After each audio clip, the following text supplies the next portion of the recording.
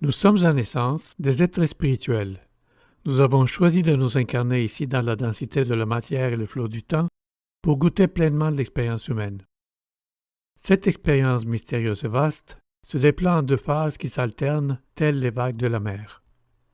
Dans la première, nous oublions notre vraie nature puissante et lumineuse, tout comme la nuit venue, nous perdons conscience du monde de la matière englouti dans les brumes du rêve.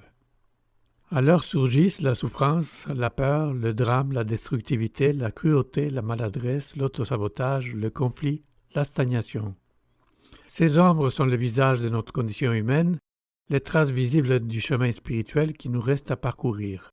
À chacun de nous, cette aberration, cette tendance à la contraction s'infiltre dans nos vies, parfois à notre insu.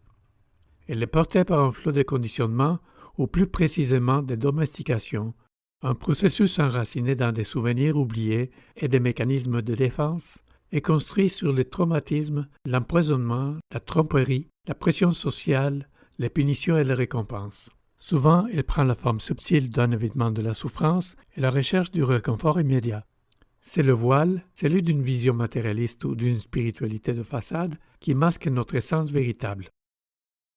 Puis vient la deuxième phase, rédemptrice et lucide, l'éveil hors de la torpeur, le souvenir vibrant de notre pouvoir créatif, le chemin retrouvé vers la guérison, la libération, la joie véritable et une prospérité qui ne dépend plus des circonstances. Mais sur ce chemin, nous vacillons. Nous alternons entre le sommeil de l'oubli et la clarté fugace de l'éveil, car la conscience de notre puissance créatrice n'est jamais permanente, jamais acquise. Il nous arrive à tous de nous perdre dans cette hypnose collective que les traditions appellent voile d'illusion, rêve, maya, samsara, inconscient collectif ou plus récemment la matrice. Une ignorance passagère de notre nature profonde qui prend corps tout particulièrement au creux de nos liens dans la danse de nos relations. L'un de mes héros, Gay Hendricks, a dit ceci: « La relation intime est en elle-même le chemin spirituel ultime. Les interactions au sein de la relation nous montrent ce que nous avons le plus besoin d'apprendre pour que notre croissance spirituelle devienne réelle. Sans l'engagement d'apprendre de chaque instant relationnel, des années de méditation et de thérapie n'apportent qu'un véritable changement au bien-être. » Fin de la citation. Mais quand je parle de relations intimes, je ne pense pas seulement aux liens de couple. J'entends toute relation qui nous rapproche assez pour révéler les parties de nous-mêmes le moins socialement admirable ou acceptable. Un miroir, parfois tendre, parfois brutal, offert par la présence d'un parent, d'un enfant, d'un frère, d'une sœur, d'un ami cher, d'un compagnon ou d'une compagne de route. Quelqu'un d'assez proche pour déclencher nos réactions irrationnelles, révéler nos peurs, nos blessures et nos préjugés, mais aussi assez aimant pour nous accueillir tels que nous sommes. Car en réalité, toutes les relations ne sont pas faites pour soutenir notre chemin de guérison. Très peu de personnes sont vraiment prêtes à désapprendre les comportements qui nous ont été programmés. Nous devons distinguer entre le pardon et la confiance, entre la défense inutile et l'affirmation authentique de soi. Le pardon peut être offert, nous l'offrons à nous-mêmes, mais la confiance doit se mériter et se reconstruire par des gestes positifs significatifs et une démonstration de vulnérabilité. L'affirmation de soi, c'est oser exprimer sa vérité et ses besoins.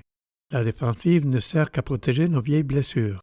Pour qu'il y ait une véritable guérison, il faut chercher ou accueillir ces relations à la fois aimantes et défiantes, dans une danse consciente avec ceux qui acceptent les mêmes règles et qui sont prêts à grandir en même temps. Assez proches pour baisser la garde et dans la lumière du lien conscient, laisser paraître nos vérités les plus vulnérables et assez bienveillants pour que l'ouverture du cœur envahisse la peine et envahisse la joie. C'est précisément là, dans le creuset de l'amour inconditionnel et de l'honnêteté, que nos cœurs sont rassurés, que nos défenses se relâchent, que nos croyances limitantes sont remises en question et que finalement nous commençons à relâcher ces tensions chroniques si souvent insoupçonnées. La qualité de nos relations les plus proches a un effet d'entraînement sur nos familles, sur nos communautés, sur nos groupes, sur le monde du travail et sur la société tout entière.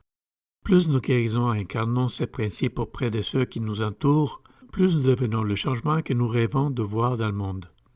Il y a tant d'aspects de la société loin de notre contrôle. En revanche, nous pouvons choisir comment vivre nos pensées, nos émotions les plus intimes, et comment être en relation jour après jour, instant après instant, avec les autres. Ce que je vous propose, c'est ceci. Ce n'est qu'en abordant nos relations avec cette importance et sa qualité que la guérison devient possible et que l'éveil, la croissance et l'épanouissement peuvent se manifester à travers elle. D'où la nécessité de comprendre les lois inéluctables du bien-être humain, d'intégrer des principes et parfois des contraintes qui nous permettent et parfois nous poussent à nous dépasser, à goûter pleinement notre potentiel. Car une vie sans principe bien réfléchi et clairement ancré, c'est un voyage sans direction et sans boussole. De ma propre expérience, j'ai choisi la métaphore de la danse de la relation consciente pour incarner ce chemin d'éveil que nous pouvons parcourir ensemble. Une danse qui exige discipline, avec ses règles et ses exercices, mais qui offre aussi une présence accrue, une écoute profonde, une compassion vivante et une joie renouvelée. Peut-être rien de totalement nouveau, mais présenté ici avec une saveur différente, inspiré par le vécu et destiné pour être vécu en duo ou en groupe. Ceci fait partie du programme La danse de la relation consciente que je suis en train de préparer pour d'ici la fin de 2026. Merci beaucoup et hasta luego!